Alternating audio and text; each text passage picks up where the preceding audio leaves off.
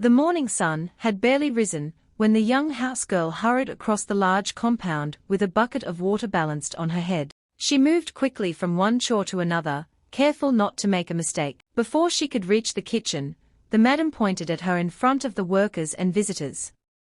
"You are too slow," she shouted. "A poor girl like you should be thankful you even have a place to sleep." The others laughed. Some shook their heads. One woman whispered that girls like her would never become anything in life. The housegirl lowered her eyes. Instead of arguing, she quietly picked up the bucket that had fallen and said, "I am sorry, Ma. I will do better." Just then, a shiny black SUV stopped outside the gate. Everyone turned to look as a well-dressed man stepped out, holding an old photograph in his hand. His eyes searched the compound until they rested on the frightened housegirl. Before anyone could ask why he was there, he smiled as though he had finally found someone he had been looking for. But he said nothing. The housegirl was called Amina. She had worked in the house for 2 years after losing both her parents. Every day, she woke before sunrise, cleaned every room, cooked meals, washed clothes, and cared for the younger children. Though she worked harder than anyone else, kindness was rarely shown to her. Still, Amina never allowed bitterness to fill her heart. She believed that one day, God would open a better door for her. She dreamed of going back to school and living a life where no child would be treated the way she was. But as the mysterious visitor asked to speak with the family, one question quietly hung in the air. Why had he come looking for a poor house girl that nobody believed was important? Every morning, Amina was the first person to wake up and the last to go to bed. Before the family opened their eyes, she had already swept the compound, fetched water, cleaned the sitting room, and started preparing breakfast. When everyone else finished eating, she quietly gathered the dirty plates and washed them before moving on to piles of clothes waiting for her. No matter how hard she worked, it never seemed to be enough. "If you break one more plate, I will send you away," Madam often warned, even when Amina had done nothing wrong. The children copied their mother. They laughed whenever Amina's old sandals came apart, or when they saw the small patches she had sewn onto her only dress. Sometimes they hid her food just to watch her go hungry. Even then, Amina never answered with anger. One afternoon, while buying vegetables at the market, she noticed an old woman struggling to carry a heavy basket. Though her own arms were tired from a long day of work, Amina smiled and carried the basket all the way to the woman's house. The grateful woman tried to give her a little money, but Amina gently shook her head. "You need it more than I do," she said with a warm smile. The old woman looked into Amina's eyes for a long moment. "Kindness always finds its way back," she said softly. Those words stayed in Amina's heart. Late each night, after everyone had fallen asleep, she sat near the small window in her tiny room. She opened an old notebook and practiced reading by the light of a small torch with weak batteries. She dreamed of wearing a school uniform again. She dreamed of becoming someone who could help children who had no one to speak for them. Whenever she felt like giving up, she whispered to herself, "One day, my life will change." The next morning, the mysterious visitor returned to the house. This time, he did not come alone. 2 other people stepped out of the same black SUV carrying a large brown envelope. As they walked towards the front door, Madam's confident smile slowly faded, and Amina could not understand why everyone suddenly looked so nervous. The family gathered in the sitting room as the visitors walked inside.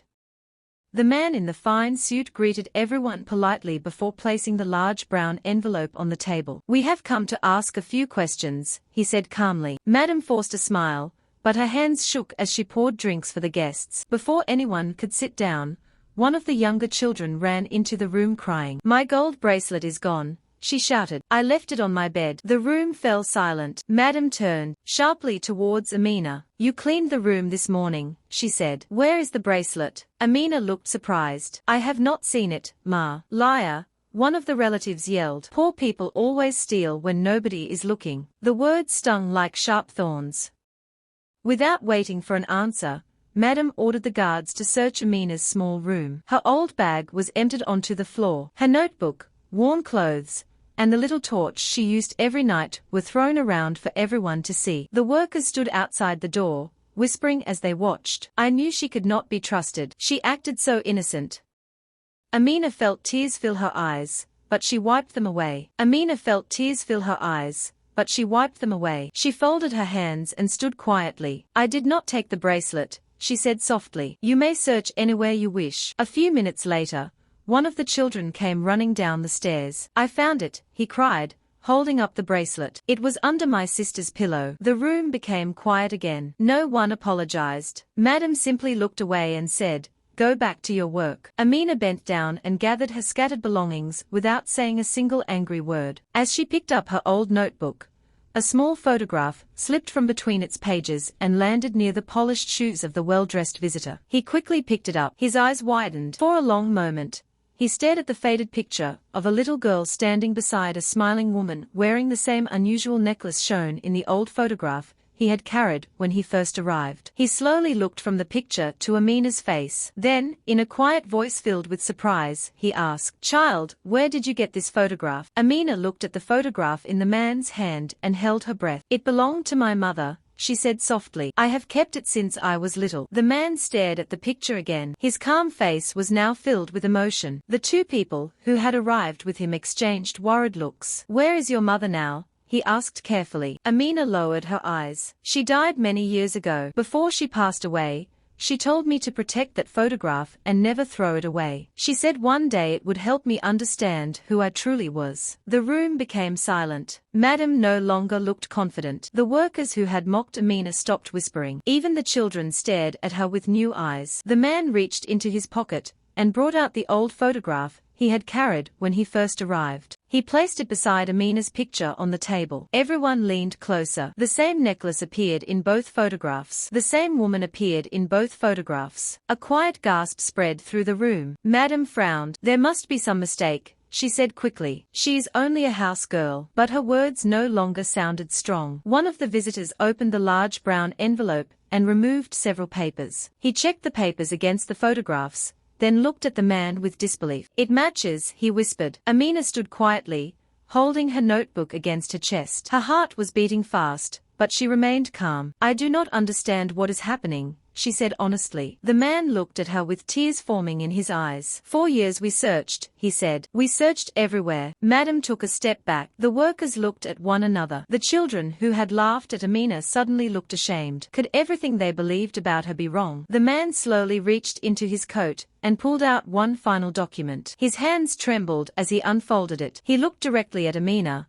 Then he spoke the words that made the entire room freeze. "I believe I know who you really are." The man took a slow breath before speaking. "Amina," he said gently, "you are not who you believe you are." The room was so quiet that no one dared to move. He placed the final document on the table. It was an old birth record with Amina's name written across the top. Beside it was another paper, showing the name of her late mother. "My name is Mr. Adiwale," he continued.